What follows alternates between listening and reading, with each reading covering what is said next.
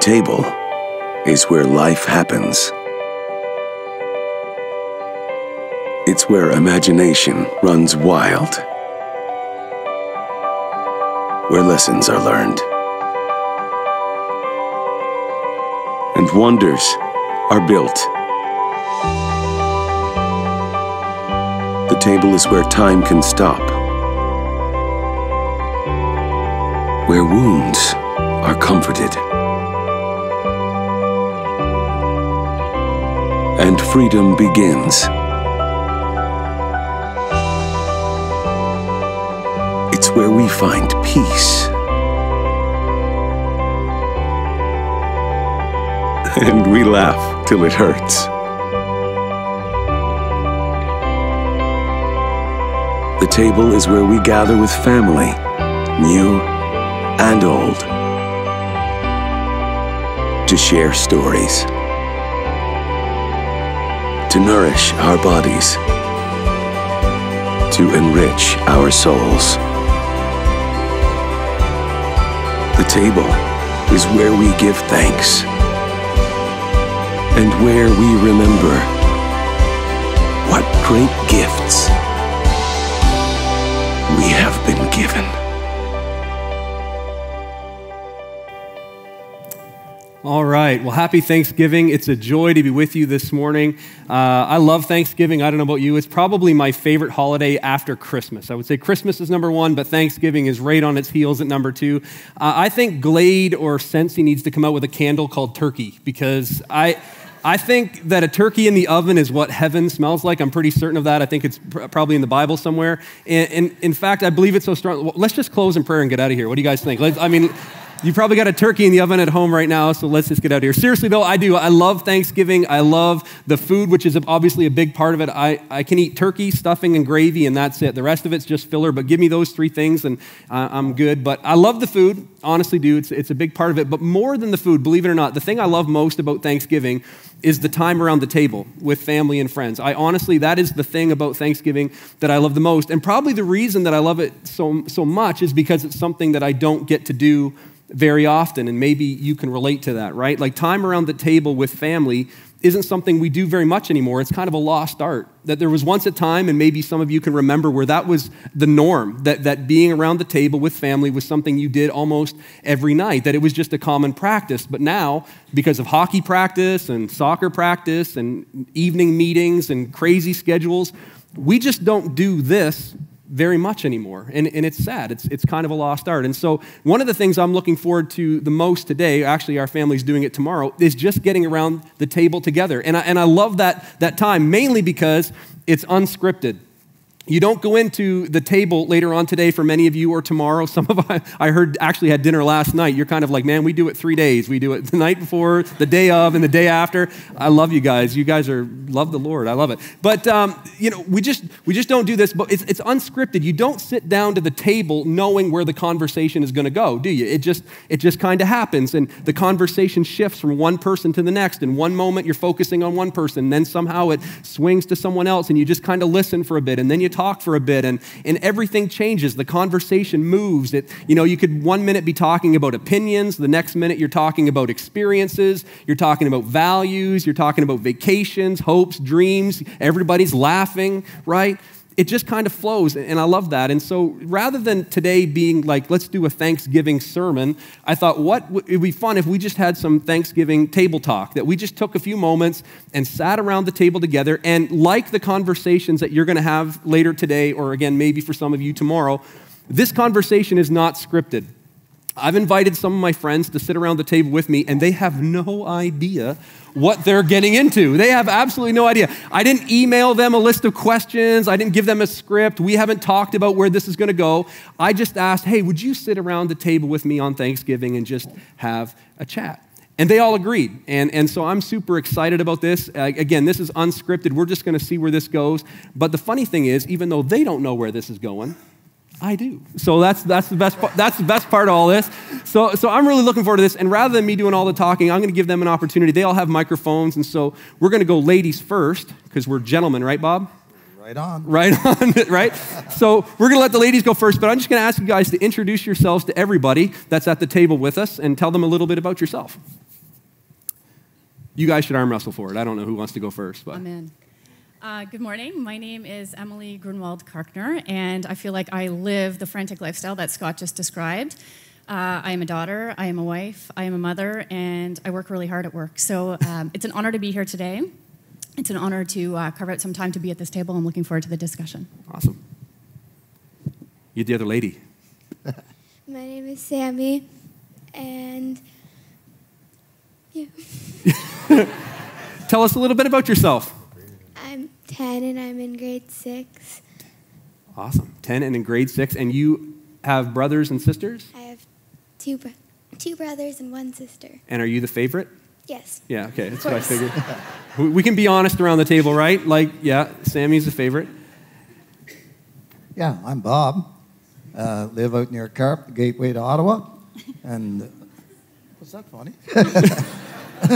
Anyhow, we've lived there all my life. I have a wonderful wife and 3 wonderful kids, married, and 7 grandchildren. 7 grandchildren, wow. Can't be better. Thank you. Awesome. Which one's your favorite? No, I'm just joking about it. Now, Bob said something really funny. Really quickly before we came down the stairs, everybody kind of introduced themselves kind of quickly, and Bob told us how to spell his name, and I just thought that was amazing. Bob, how do you spell your name? Well, you can spell it frontwards or backwards, the same thing. Same thing. Yeah. Just B-O-B. Just B-O-B. Yeah. Bob is one of the funniest people I've ever met, and he's always smiling. If you've ever come into the church and had him shake your hand, you just there's just something infectious about your smile, Bob. You're an amazing, amazing guy. Last and least? I don't know. Not least, man. Come on. Tell us about yourself. My name is Rich Danby. I've been coming here since Easter Sunday with my family. I have 4 kids, 2 boys, 2 girls, and I also have 2 brothers and a sister like you. And I enjoy coming here, and I've got to meet some of you, and we really enjoy being here and being part of the bridge. Awesome. We're thankful for that. Amazing. Well, these are some wonderful people. They are truly, truly friends of mine, and I've kind of put them kind of on the hot seat at the table, but I want to kind of just get things rolling here. Tell us about Thanksgiving. Did you who's eating today at this table? Have you eaten, do you do Thanksgiving today? So Yes. you have a turkey in the oven? Yeah. You got a turkey in the oven? No, not my oven. Oh, you're one of those guys. Exactly. No shame in that. What about you, Rich? Are you guys eating today, tomorrow? Yes, we are, yeah. You're eating today. I'm a firm believer that sweatpants is a godly attire. Like, I love the, right? Can I get an amen? Yeah, can I get an amen? That those are next to my preaching skinny pants, they're my favorite pants. I love putting the sweatpants on. So some of you guys are eating today. Some of you guys are doing a kind of other things. What's Thanksgiving like in your home? Like, are there traditions? What's the thing that you guys love the most? What do you do? What's changed over the years? I know you've obviously got grandkids and things now, so maybe it's morphed a little bit. But tell us a little bit about Thanksgiving at your home. Me? Sure. Okay. First of all, it's not at my home. It's at my daughter's. Nice. And her husband. And we have family connections on her side of the family, which is ours, and her husband's side. Should be about 25 of us there. 25? Yeah. So I hope there's lots of cranberry sauce, mincemeat pie, turkey, the whole 9 yards. Yeah. In that order? That'll work. Yeah? All right. What about you, Sammy? What's Thanksgiving like in your home? Well, we usually, last year or 2 years ago, we used to make it, but now we go to, Tucker's or something like that. Yeah? Yeah. And sometimes the rest of our family comes. It's kind of how they're feeling. How they're feeling. Do you like going to Tucker's? Is that it? Yeah. Yeah, it's pretty. Are you guys going there today? Yes. Awesome. Any room in the van? No, because my family's not eating till tomorrow, so I'm piggybacking somewhere. I'm milking. I'm looking for invitations. So just so you guys know. Awesome. Yeah, you have a big family, right? So it's a lot of people, and I know that your mom is especially busy this time of year, and your dad is kind of keeping everything going, which is pretty cool. My brother's planning to take over the world, so. Yes. Your brother is one advanced degree away from being a supervillain. That is true. He's this close. He's this close. Emily, what's Thanksgiving like at your home? So do you have family in the area? Yeah, our entire family's in the area. So typically my mom hosts it. She lives even further out. She's in Kinburn. Not very far. But we have a tradition of having a family golf classic on Thanksgiving Day. So typically it's the coldest, wettest, darkest day of the year. Yeah. And without fail, a week later, we're all homesick. But right. It is a great time to get together and rain or snow or sun, it's a great chance to get outside. So where do you do that? Where's... We're doing a Greensmere today. You're golfing today? Yeah. Awesome. Yeah. And what's your handicap? It's not for public discussion. Okay, sorry. I was expecting a husband joke there. It's it's a bad joke. I'm just kidding. You're faster than I am. What's that? I said you're faster than I am. No. I haven't had enough coffee yet. What about you, Rich? What's Thanksgiving like at your home? And you're just really quickly, your wife set the table for us today, Christina. She did a great job, and so I don't know, is Christine here? Or? She'll be here at 11. Oh, she'll be here at 11. Yeah. Yeah, she came in and set the table, which was really nice, and really appreciate that. Yeah, what's it like in your house? What we do is we celebrate Thanksgiving at Christina's mom's house, and her stepfather is very proud of his Thanksgiving stuffing. Oh, yeah? So not usually, I'm always involving myself to help out in the kitchen because the samplers, right? So before the meal even starts, I'm already full. Yeah. There's nothing wrong with that. Yeah. That's Christians. That's what we do, man. We eat. We're going to do it for eternity, so we got to get our practice in right now. That should be our motto, right? What's your favorite part about Thanksgiving? Like it could be something in the food, but like I said, like it's being around the table. But honestly, like what's your favorite? Like when you think of Thanksgiving, what's the thing that you look forward to the most?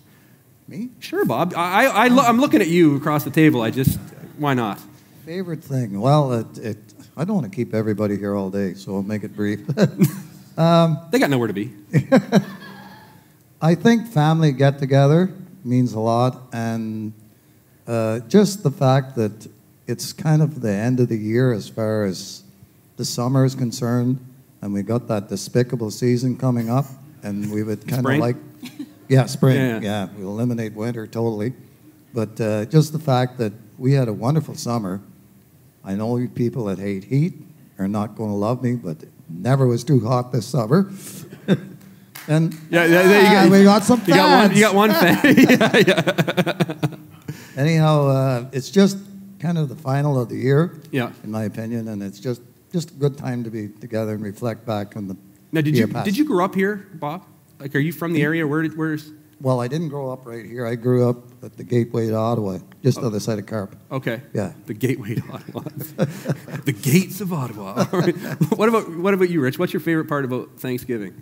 My favorite part is just everybody getting together, and kind of to what Bob was saying earlier, is you have many people who come to your family functions. I just love watching it grow and seeing more and more people come and random people that show up. So this, like today for me? Like today, you're invited. You're invited. I'm milking this, man. I'm telling you, I'm getting an invitation somewhere. I'm eating today. Yeah, and my cousin, she just moved back from Vancouver Island, cool. So she came to Ottawa last night. I picked up my son from university, so he'll be there, and my cousin will be there, and everybody's welcome. It doesn't matter who they are, so you can come, no problem. Buddy.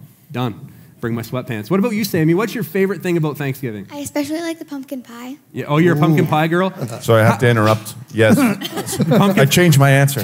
Yeah. Forget the family. Just give me... And the family, too. Right. Nah, come on. Costco pumpkin pie, everybody. Who's in on that? Right? Like, mercy. That thing, I'm telling you could feed... Well, one dude in sweatpants for a while, but I'm saying that thing is deadly good. What about you, Emily? What's the favorite thing about Thanksgiving? I love the smell of Thanksgiving, and by that I mean the turkey's nice too, but I like the fireplace when you walk outside and you can smell either the barbecues or the fires. It just reminds me of fall, and I think that reminds me of family. But it's usually the first time of the year that we turn on the fireplace. Nice. Oh, really? Nice. I shouldn't say turn on. Light the fire. Light the fire. Right. I got another question for you, just because you're good at talking. What? You have 2 kids, right? Mm-hmm. So this is going to catch you off guard, but what's something that you said you would never do as a parent before you had kids that you find yourself doing as a parent now? You said, I'll never do that, and then now because you've got 2, and I've got a little guy on the way, and I'm thinking, yeah, I'm probably going to change my tune a little bit. But what's something that comes to mind you said you'd never do?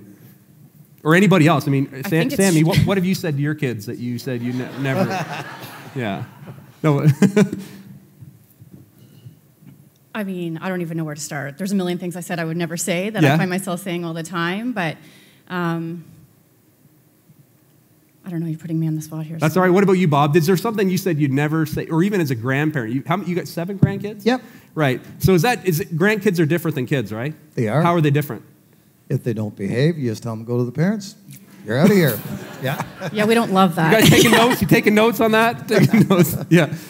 But it's different, right? It is. And do you like, obviously you're a great granddad, but you love it, Yeah, I right? love my grandkids. Yeah. So what do you find different with, like, obviously what you just said about what really, like, you find there's a difference being a grandparent than a parent. What's that like? And what's it like, a better question even, what's it like for you seeing your kids parent? Is that weird for you? Or what's that like? No, No? no, not really. The thing is, we got 2 grandkids that live in Hamilton, Okay. and we don't get to see them that often, so kind of miss that. Like, we get down there a couple of times a year. They get up this way a couple of times a year, and Yeah. that's, amazing how they grow. You can't believe it. Yeah. And they're so active in sports, like their life seems to revolve around sports. Right. And not trying to brag, but they are good kids. Yeah. Yeah, really. You should brag. Nothing wrong with that. Yeah, I don't like when grandparents say mine's the best kid in the world, because they're not. So, B.O.B., man, he's here all day. So, Rich, you have 2 kids in different age brackets. Tell us a little bit about that, and what's it like having, having parented kids that are a little older and then kind of almost having a second run at it? What's that like? Well, I feel sorry for my oldest child. Yeah. Because we handled him with gloves to make sure he didn't get hurt. And now with our youngest child, it's, you're fine. The Band-Aids are over there. Right, yeah. A little bit different. I think the life experience, like when I had my son Brandon, I was 23 years old. Now I'm 45. So how I parent is a lot different. So the lessons I learned along the way, I think it just makes things better. Right. Yeah. Right. The first one's the test one. The first one's a test That's one? right, yeah. Are you the first one? No, she's Oh, the thank fourth. goodness. She's Okay. the Okay. So Freedom. Yeah. I'm the oldest. I have a brother, and I'm 4 years older than him. And do you guys have siblings? So who's the oldest at the table? You're the oldest. Are you the oldest? Rich, are you the oldest? No, I'm the third. You're the third. So Third you or guys are fourth. close. What's it like being the youngest? You get away with more. You get what? You get away with more. You do get away. Yeah. My daughter is sitting here in slippers, something I never would have let my son get away with. So that is a true story. Yeah, true story. Well, I'd like to see your son in those slippers. Actually, I think he'd look good in those. If you haven't seen her slippers, you need to check them out. Gwendolyn's got rocking some amazing. I think Lisa wants a pair of those. But so it's different stages, different ages. It's kind of a different thing. And can you think of something that your parents? This is kind of a weird question, but it's something that's been ringing true in my mind. My mom called the other day, and she's coming when our son is born. So he's coming for Christmas, or she's coming for Christmas, and he's coming for Christmas. But she's coming for Christmas this year, and she's going to be here when our little guy's born, and which is pretty exciting. So, and I was thinking of her the other day, and just the dynamic with my mom, and how she used to say things like, someday when you have kids, you'll understand. Did you guys hear that when you were younger from your parents? I know I did. You know you did? So tell me, what did your mom or dad, why did they say that to you? Like, what was going on that they said, someday when you have kids, you'll understand? How many of you have said that, parents? How many of you guys have said that, someday when you have kids, come on, right. The rest of you, there's a prayer meeting for lying. But can you think of something that you did, and they said someday, or you wanted to do, and they said someday you'll understand? It's okay, they're not in the room. You can get away with it. Actually, they're right there. Oh, yeah. Like if I wanted to do something or do something crazy, I wanted to once go camping for my birthday, but my birthday's in October, so they thought I was crazy. So. Yeah, that's a little off your rocker.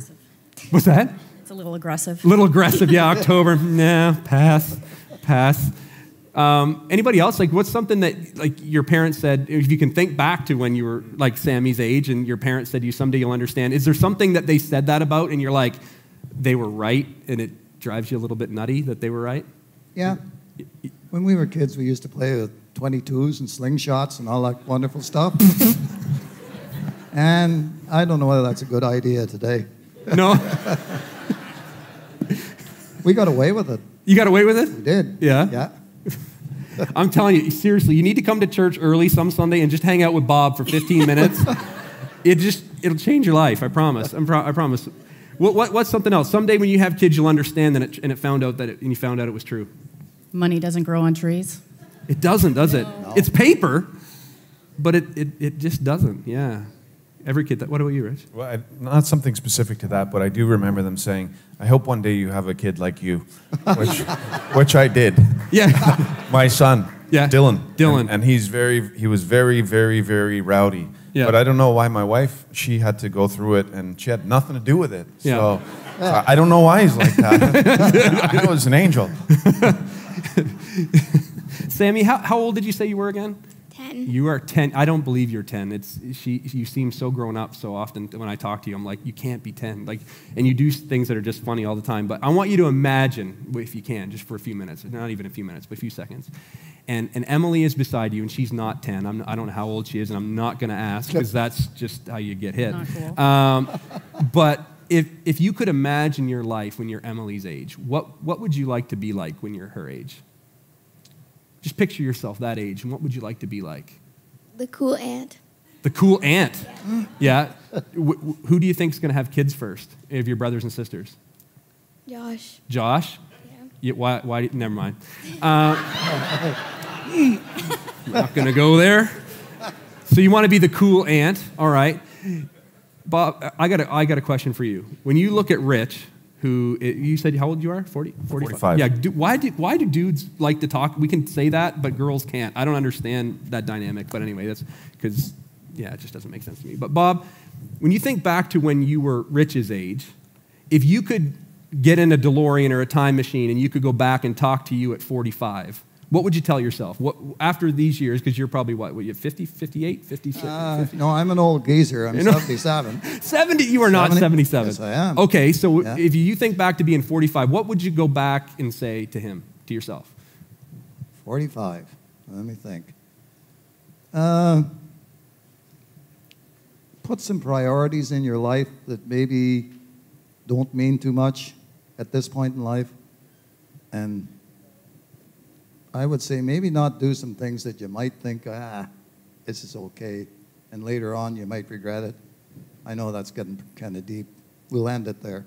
Yeah, we'll end it there. But Bob, the reason I ask you that question is I find it so interesting that and I'm learning this is not something I've got it figured out, but I'm learning that we have a really hard time seeing past the moment of our experience. Like it doesn't matter if you're 10, doesn't matter if you're 77, it doesn't matter if you're 45 or 41 or however old you are. It doesn't matter how old or young you are. It's like we just can't see past the moment of our experience. And it drives me crazy. And I think my mom could see that in me when I was a kid, because she'd say things like, someday when you're older, you'll understand. Like she could see that there's something in me at whatever stage you're at that you just can't see forward. And it doesn't matter how hard you try, you can't.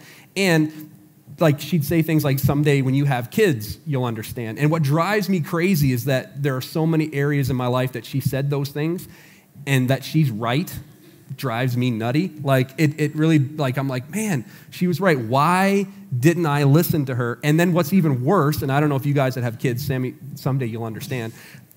The thing that's crazy is like I hear myself saying the exact same things to my daughter Emma that my mom said to me.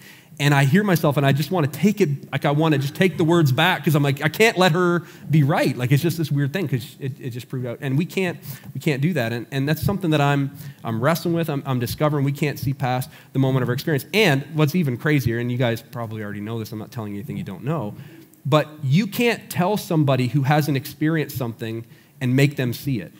Right? Like with your kids, with your friends, so you got kids that are older and younger, like you could be right. And what you could be telling them could be right, but that you being right doesn't make their sight right. Like it doesn't make them. Yes, it will. Yes, it will. Well, you got 22s. I don't have that. No. But I'm just like, but it's just weird. Like you can be right and you can be like, hey, someday you'll understand. And you could be right about that. But until for some things and some people, until they experience it themselves, it doesn't change how they see things, right? It's like us being right about something doesn't necessarily mean that's going to make them understand or make them be able to see what you can see when you look back. And I think about the table, and the reason I wanted you guys to sit with me at the table is on Thanksgiving, I'm taken back to that moment years and years and years ago where there's a group of young men who are sitting at a table just like this with Jesus. and they're sitting at this table, and they thought they were just celebrating Passover, which was a holiday. It wasn't Thanksgiving, but it was a holiday in their calendar, and they thought, hey, we're just sitting down to celebrate this holiday. But Jesus knew something in that moment that they didn't know. Like, you guys didn't come into this scripted or knowing what we were going to talk about or what I was going to ask you about. And they had no clue either. They just thought, hey, we're here to have a meal. And all of a sudden, the conversation shifted. I mean, at first, I'm guessing they were laughing and telling jokes and you know, talking about life, and they were remembering things that they had done or some goofy person they had met along the way. And then all of a sudden, things changed because Jesus knew that the conversation was going to go somewhere that they didn't know. And he showed in that moment, this powerful moment, that he could see ahead, that they, like us, couldn't see beyond their moment of experience. But Jesus had this amazing ability to do that. And so the conversation, it got really quiet and it shifted, I don't know how quickly, but Jesus, I'm guessing he stood up and he took a piece of bread, not this specific piece of bread, obviously, but he took a loaf of bread and he broke it in front of his friends. And when he broke it, they were like, things got quiet, like the conversation, like this room got really quiet. And Jesus broke this bread and he held it in front of them and he said that the bread that he was breaking represented his body, which would be broken. It hadn't been, but it would be. And so I don't know if they could see it, but Jesus had this ability to see beyond the moment, and they were confused. I'm sure they were probably like, what is he talking about? Like, what's he been drinking? We haven't even gotten into the wine, and he's already talking a little foolish, but he's holding this bread. And then he did. Then he took this cup, and he held up this cup of wine, and he said that the wine that he held in his hands was so much more than that it was actually a symbol of his own blood, which he would allow to be poured out for them, to cover for their sin, for yours and for mine. And this conversation was really weird in this moment, that he's talking symbolically and he's talking about things that haven't happened yet, and we don't get it because they, again, like us, they can't see past the moment of their experience. And then the conversation got really weird, as if it hadn't been weird enough already. Jesus starts saying that somebody at the table was going to betray him. And the conversation up until that point had gotten pretty quiet, but then all of a sudden it got loud because everybody started turning to one another, and they were like, who is it? Who is it? It's not me. It's not me. Who is it? Who is it? And they were rumbling, and it's like almost stressed out, and panic began to ensue. And Jesus was, again, he was showing that he had this ability to see what they couldn't see. And they missed it. And so here's Jesus in this moment, and as they're scrambling and as they're trying to figure out what he's talking about and what's going on and what's about to happen, because they can't see past the moment, they miss something incredibly powerful. So they miss something that's so, so beautiful.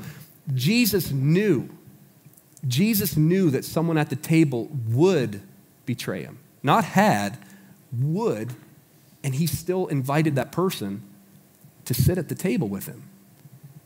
That's unbelievable, right?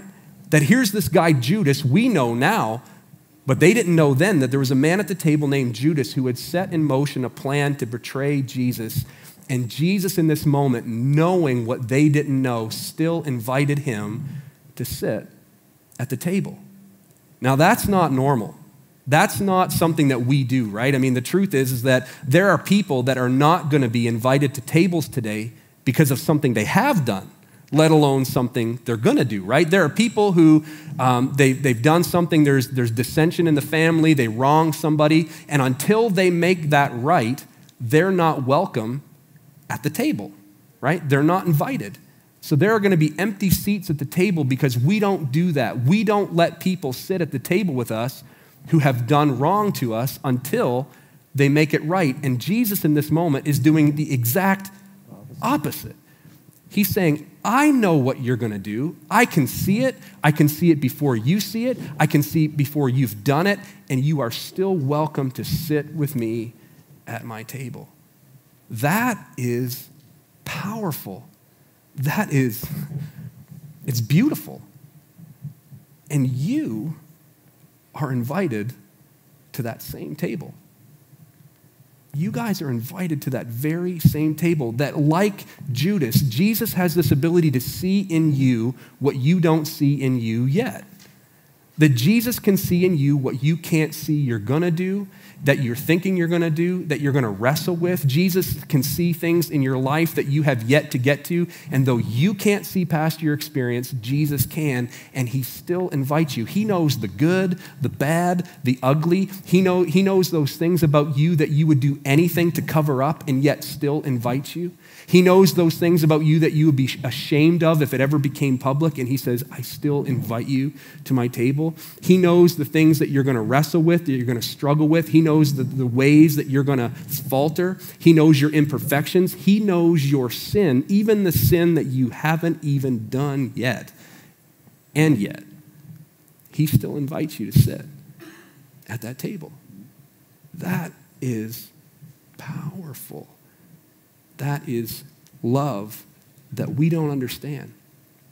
And it's a love that's offered to you. Now, my guess is that, like everybody in the room, we don't see past our experience, and more than that, we don't even see how deep the Father's love is for us, right? We just can't see it. I mean, we can't see in ourselves, let alone see what God sees in us. And there's this guy that from the first century who said this so well. In fact, I think he said it obviously the best, and it's recorded in Scripture. But before I even tell you what he said, this is a man who wanted to wipe out the Jesus movement, so much so that he persecuted people that claimed to be Christians. If they proclaimed to be followers of Christ, he persecuted and killed them because his goal was to wipe the Jesus movement out completely.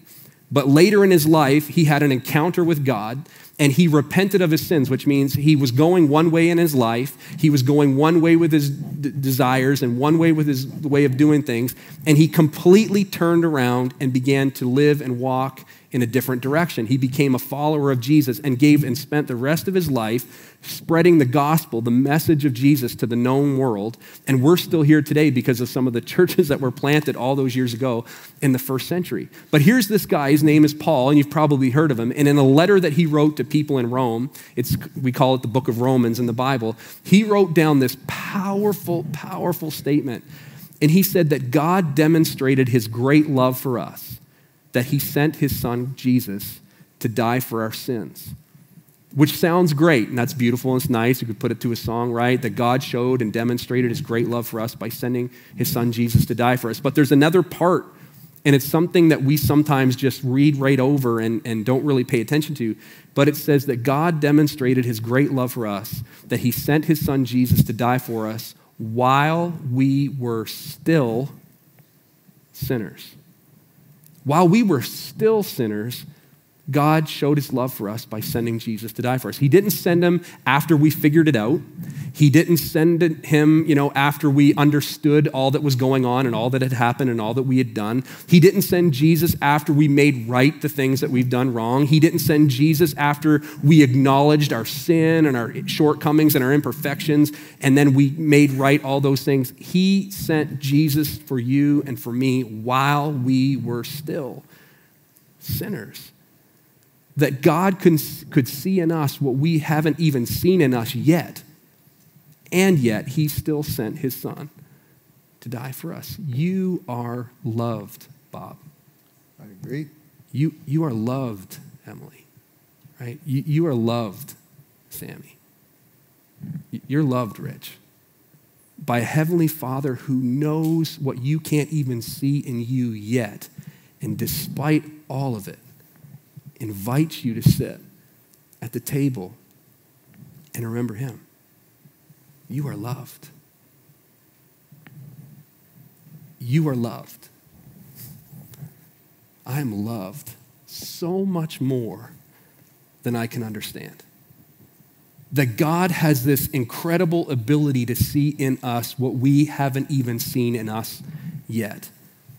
And despite our imperfections, despite all the ways and moments that we fall short, despite all of our sin, the ways that we have wronged God, the ways that we falter, the way that we treat ourselves that would not be honoring to him or to one another, while we were still sinners, God demonstrated his great love for us, that he allowed Jesus to come, and he allowed his body to be broken.